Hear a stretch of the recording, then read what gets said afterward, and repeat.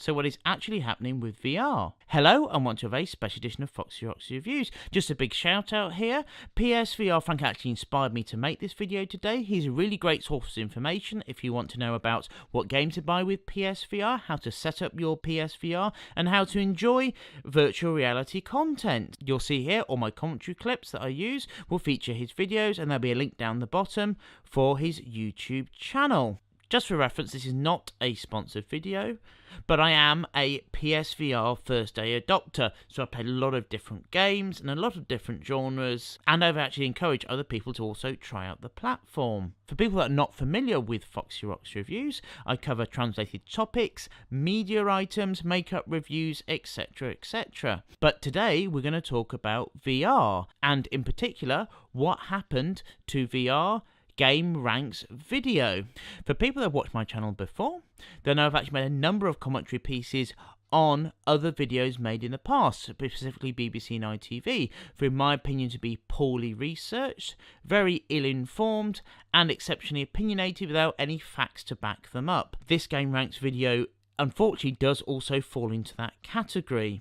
And just to be clear here, the content in the video which has caused me to hold this opinion. So in this video, I'm going to break down some of the arguments he used and then the future of VR going forwards. So sit back, relax, grab a snack or drink if you want, and let's get on with the video. One of the things that grabbed me with VR over other ways of playing games was it actually immerses you in a world. One of my first experiences of VR was actually raised a couple of years ago. This was with an Oculus Rift back then, and it was Fuji, which is a flight simulator with the graphical style of Minecraft. So you can fly around this world. You use a Xbox controller to fly up and down, and then you could fly through trees, and it just grabbed me just how immersive this game was, and it was so different to anything else that I played before. And ever since I bought the PSVR, apart from maybe one or two PC games, I've only bought VR games since. It's given me a whole new dimension to playing games in a way that I used to feel about gaming many years ago. But to be honest, when I see the next COD trailer, I'm just really not that impressed. It's kind of very similar. They might have a different setting, but there's nothing really new to really grab you and entice you to say, I need to play this game, or it does something completely different than what I've expected before. Ever since day one I've had my PSVR, I've always looked forward to the new games that have been released to see what they're going to do next. Is it going to be a bird flight simulator, or is it going to be a shooter with its own unique gun that moves in the game? There's always been something new coming out with VR, and there's been an incredible amount of indie developers wanting to make many different titles, and there's plenty to choose from on the PSVR platform. The Virtual Boy was mentioned in one of these videos about how it was a flop and how yet you have another system coming along and everything's become tiled already. The thing is, with the Virtual Boy, it wasn't very well supported in the first place. It was rushed out to begin with, and a lot of compromises were made to make sure it got released in the first place.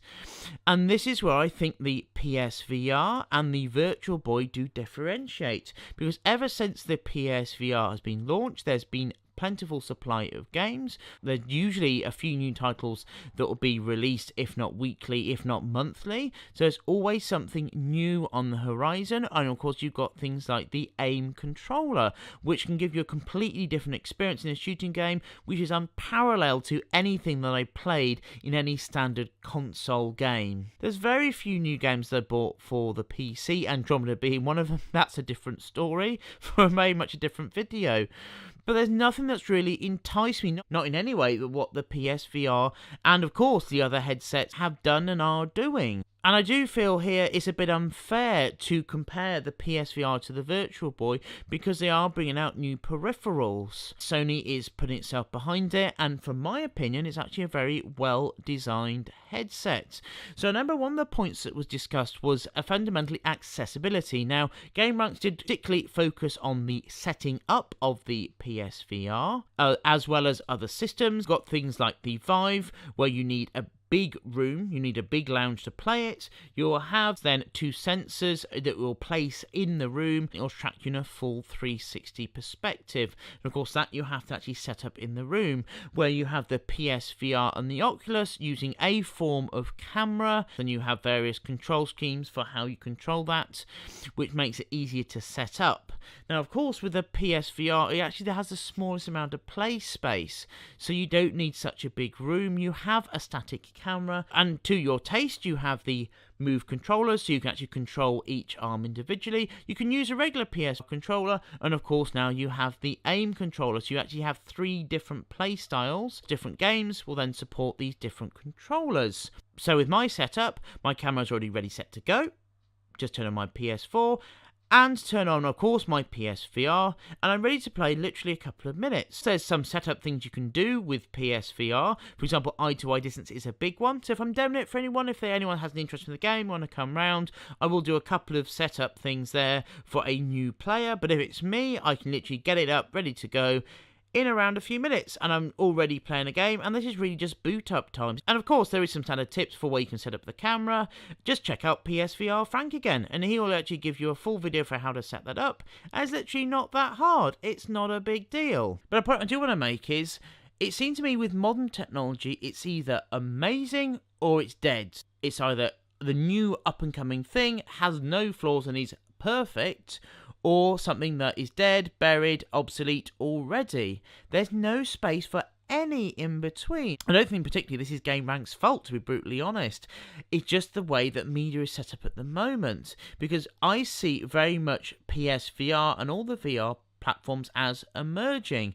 A lot of the reports from the developers I've had from the VR platform is you have to be really committed to the platform and develop it. And all the games that I see come out, they're trying new things, new control schemes, new way you can move in environments, and there's very much a lot more cool things happening with it. So to say they think it's dead is just premature. And I just see this bit of sensationalism, really. It's a good way to make an extra few YouTube dollars, I guess, but it's not really based in any fact. The PSVR is developing, new peripherals are coming out, new ways, new types of games are always coming out for it, which is moving the medium forwards. And if you look at other parts of technology, it's very much what I would call a consensus of design. So you have things like the iPhone X, and then you also have then the Samsung S8, Note 8s, etc, etc. And they all look very similar. Yes, one might have a slightly better camera, one has a slightly better screen, but fundamentally, if you look at them compared to, let's say, what the original iPhone was and what the original Samsung was, they're very, very similar, the new modern phones. And I'm sure there'll be new developments in the mobile space, but in lots of ways, there's a convergence of ideas about how you interact and use a phone. Where for console gaming, the VR headsets like the PSVR compared to things like the Switch and consoles and PC gaming is significantly different. It stands out as a new way to interact with games. So the other question around accessibility was regarding comfort and ease of wear and having extended playtimes. If you actually look at the Vive, you look at the Oculus and you look at the PSVR, they are slightly different. So if you take, for example, the Vive and the Oculus, you seem to get this somewhat of a ski mask effect, where you have some sort of elastic or retainer that will go to the front of the headset, and of course then over your head, and then will actually then hold it in your face. So of course then you end up putting a lot of pressure on the front of your face and getting potentially quite uncomfortable. But when you actually look at the PSVR, there's the band below the back of your head, and that actually spreads the weight across your forehead. So when I've actually worn the PSVR headset for like any play sessions for like Battlezone, I found it very comfortable. It's unlike the Vive and the Oculus, which kind of place most of the pressure on the front of your head. So I can personally report having absolutely no issues with my PSVR. And this is a testament, I think, to Sony over things like the Virtual Boy and other attempts in the past, where they've actually thought about the ergonomics of how you interact and how you use a virtual reality system. And longer than the days of those stretched necks you'd have had with the Virtual Boy. The ZeniMax and Oculus has been a big news item within the VR community. But I really just see this as if Xerox had sued Apple because they started going making a bunch of money out of it. Where the truth is, regarding the lawsuit in particular between these two companies, is that because Oculus got sold, I think that ZeniMax can see these dollar signs and they just want to get a slice of the pie. But people within ZeniMax were one of the first individuals to start creating this generation of VR headsets in collaboration, which was then the Kickstarter for what is now the Oculus Rift. And ZeniMax actually did get offered to actually get into a more formal arrangement to actually develop the system. They turned it down. But I just simply consider this as ZeniMax having sour grapes. They can see that Oculus has now been sold for $2 billion to Facebook a number of years ago, and they just want to get some of that money. But what ZeniMax games get released to each platform, I don't really see as that much of a bigger deal, because there's so much other stuff happening at the moment within the virtual reality space and what is being developed. Now, yes, I'm very much looking forward to Skyrim, and I have pre-ordered it because I want to see what ZeniMax do with it. I want to see what they come up with. What I think is really crazy here is you've got the Switch, obviously you've got then virtual reality, PSVR being one of them, and games consoles, and they're all different. I think it's kind of missing the point to making comparison between something like PSVR and a games console. In the same way, if I were to say to a Nintendo Switch fan, oh, by the way, you know that PS4 Pro that I've got? It does 4K gaming. Oh no, the Switch doesn't do 4K gaming. You're just missing the coolness of what the Nintendo is doing, because all you do is just take it out of the dock when you're at home, and then boom, you're playing your fully fledged game on the go, on the train, on the plane, wherever. You've got that game on the move. It's given a whole new dimension to gaming. In the same way with the PSVR, you're given a whole virtual world to explore. Now, that can be in a way that is a stationary experience, a la something like Job Simulator, or it could be a shooter like Farpoint, or you can have like a vehicle game, maybe something like Battlezone when you drive around, but it gives you that whole new perspective. I just remember the first time with Battlegun, I lifted my gun straight above me and shot something that was directly overhead. I've never done that with a games console. I think that they're fundamentally different types of play, and I just don't really see it as a competition. And it's not the first time I've seen people trying to make direct comparisons between console gaming and VR gaming, because they're two different things. If you have a frame rate drop, let's say in a console game, then yes, it can be annoying, but you can still enjoy the experience. But with something like VR, frame rates and high frame rates and refresh rates will give you the optimal experience. So actually having a very high resolution could actually be detrimental to having a solid, enjoyable, easy to play, accessible experience. So when you come back to the blink movement used in Skyrim, it effectively is a standard console game that's effectively being ported to VR. So it's not being designed with VR in mind, you're trying to port it and then trying to adapt what you've done to fit the VR world. Of course, the blink movement has been something that's been used on Batman VR when PSVR first came out, and of course it's a very easy way to transition between environments smoothly, because of course you have to consider how you're going to handle motion in VR.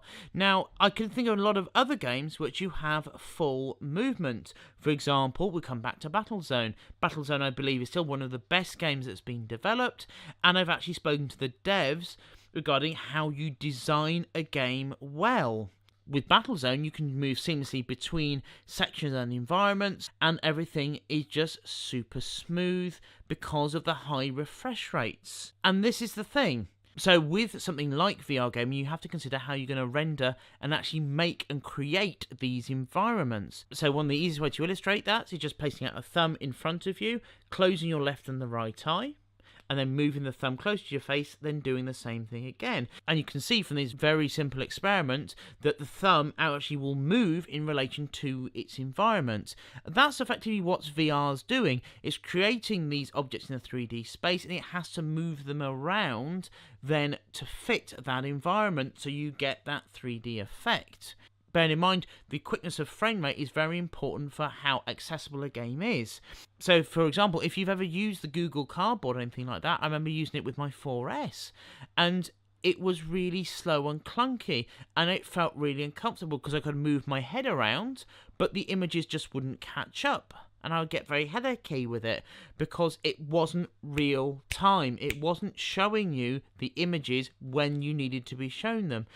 And to be fair to PSVR, the images are always relevant to where you're looking. So if you want an ease of accessibility, refresh rates and showing the image quickly is by far better to have an enjoyable VR experience.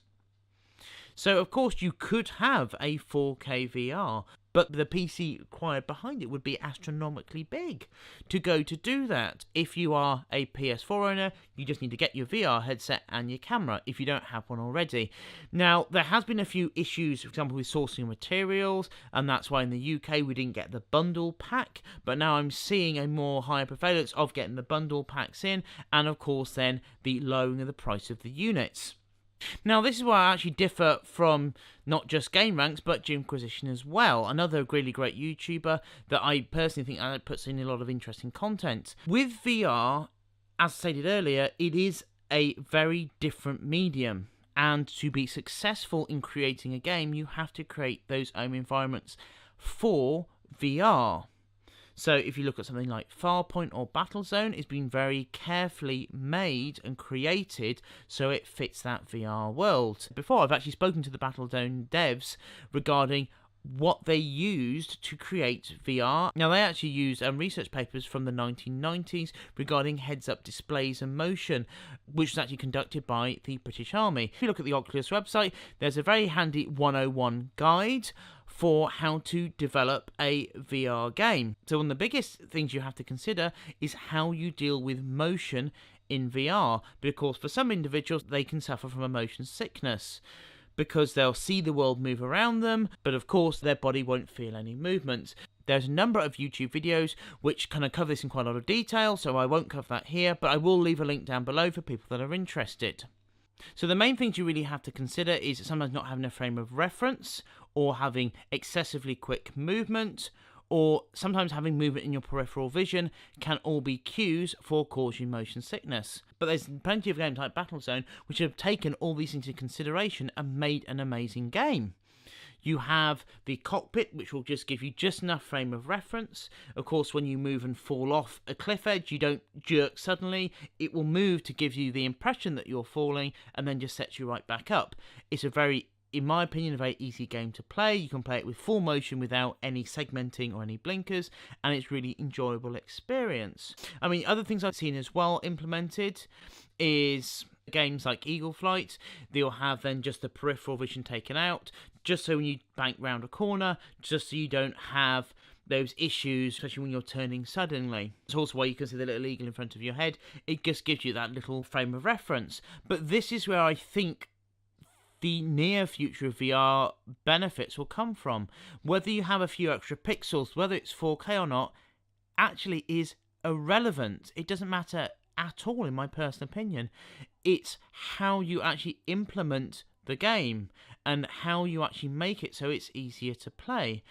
And I said here, there's a number of games that have already implemented systems which make it very easily accessible to play. And of course, you do have segmented movement as well, and that can help out with some people to find out what you feel is comfortable. And also, if you play VR for a while, you can actually then get your VR legs, so to speak, if that you want to get committed that way. But even then, there's plenty of experiences which are very easily accessible, like Job Simulator, which don't suffer from these issues. So I really do come down to the same point as I made before. It's how you make the game, not how many pixels you have in front of your screen, that really matters. And the last point raised was the lack of big titles. Again, I don't really see this as a significant argument worth any merit. You've already had games like Resident Evil on PSVR. You've had games like Farpoint, which are new ways to play, with, of course, then a nice story mode. And there's plenty of other games that will give you a great story. The Assembly is one of them. And they also got the fun indie games like I Expect to Die or Job Simulator, which also are a big bundle of fun. At the moment, from actually being within the PSVR platform for over a year now, I see more development and diversity than ever before. And I see more different games coming out all of the time, What I don't see any evidence of is a slowdown. I see some big manufacturers dipping their toes, like for example the Skyrim VR port is probably the easiest way to make a VR game. But I don't really see this as a negative thing. I actually see something like Skyrim being actually implemented on PSVR and other platforms actually as being a very positive one rather than a negative one. So to say that that's the best thing that PSVR can offer is someone that doesn't know the PSVR platform. And this is kind of one of the big bugbears that I have, is there's so many other games coming out on the market at the moment, and they really are doing something different. One of the really cool things at the moment is Spark, which is kind of like a version of squash mixed with tennis, with kind of the balls kind of bouncing around, and it's getting people fit, getting people up, and it's a whole bunch of fun.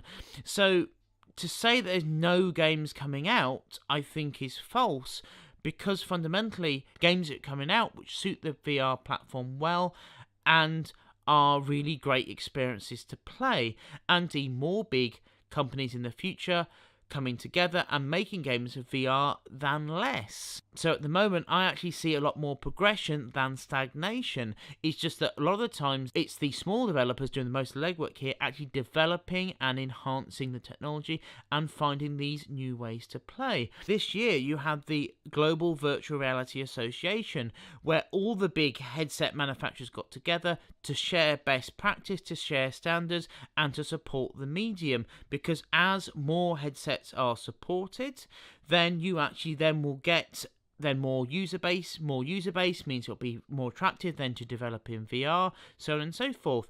I'm not going to say now that VR has landed where it's going to be. It's still developing as a platform. I see a lot more encouragement than I do see the system is dying or is going down. There's still a demand for PSVR headsets. They're actually selling more, and it's only been fairly recently that some of like the ordering issues with some of the parts have been resolved. So I don't really see any evidence really to back up that the same thing is happening than with the Virtual Boy. More headsets are being made, more games are being developed. That also then brings life back into the original games as well. So for games like Battlezone, which were originally released, you're finding you actually get lots of new players in the ecosystem kind of playing some of the older games. And really, yes, you will get some games like Arizona Sunshine is a very good example, where it wasn't available originally on the PSVR, but it has now got a PSVR port. A lot of the games you're finding on one system do eventually make it onto another system. So to say that it's completely closed and you don't get games, that's not true anymore.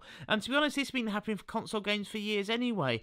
I just don't see it as a big deal. This is where I really come to with this video, is I see that virtual reality itself is emerging.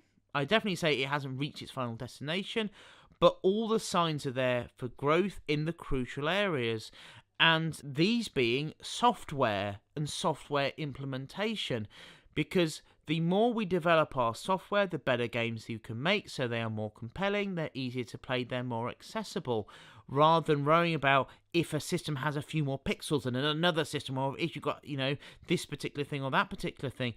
Those are actually irrelevant to VR, and this is one of the things that concerns me, quite frankly, with some of the modern YouTube content being put out there, is a little bit of research would have gone a long way to highlight the issues highlighted in this video. I might be a small YouTuber, definitely this is kind of, I would say, one of my first, let's say, gaming-focused videos, as opposed to my tram-related topics anyway, but I can speak from a point where I have researched the topic, I have aware of them, and I actually bought the PSVR through doing research on the headsets to make an educated choice. I'm certainly not saying that the other headsets are any worse or any better. I'm just saying, for my money, the PSVR just makes the most sense. It's got the best refresh rates of any of the headsets. It's the most accessible of the premium ones, because most people have access to a PS4. Where the other headsets, the Vive and the Oculus, you need an expensive gaming rig, I would argue even now, to get the most out of the refresh rates for the game, those being crucial, where the PSVR has those ready set to go. So yes, it has made a compromise. For example, this compromise hasn't been just made blindly, it's been made so it's more easily accessible for players to enjoy the experience that they have. And it is no LED display, so it's not like it's a cruddy display anyway. It's actually not a bad display at all. But it's just a shame that I just see in the YouTube space all of the time people rushing to make videos, add drama, whether that's manufactured or poorly researched. And I just think as a community we can do better. I honestly think that we can make better, higher quality videos which are just better researched, better considered, better thought out. Because all the opinions I have made here have been from a place where I've done research on them. I've spoken to the devs about how you make a VR game. And I think we just should hold YouTubers to a higher standard regarding the research they do into their content and the opinions that are made. Because it's so easy just to make a quick video and make a few bucks. But I don't see it adds anything to the community. Maybe that obviously by that video this video has been created, so maybe that's a good thing. I just think we can do better. Anyway, this is a brand new venture for Foxy Rocks Reviews, away from the content I normally do. If you want to leave a constructive comment down below, please feel free. I'm certainly open to having positive, constructive discussions. But of course, I've got all the social media links at the end of the video. If people would like me to make more gaming videos or different types of videos, do let me know. Definitely open to different types of content. Everyone take care. Thank you very much for making it to the end. And as always, please subscribe.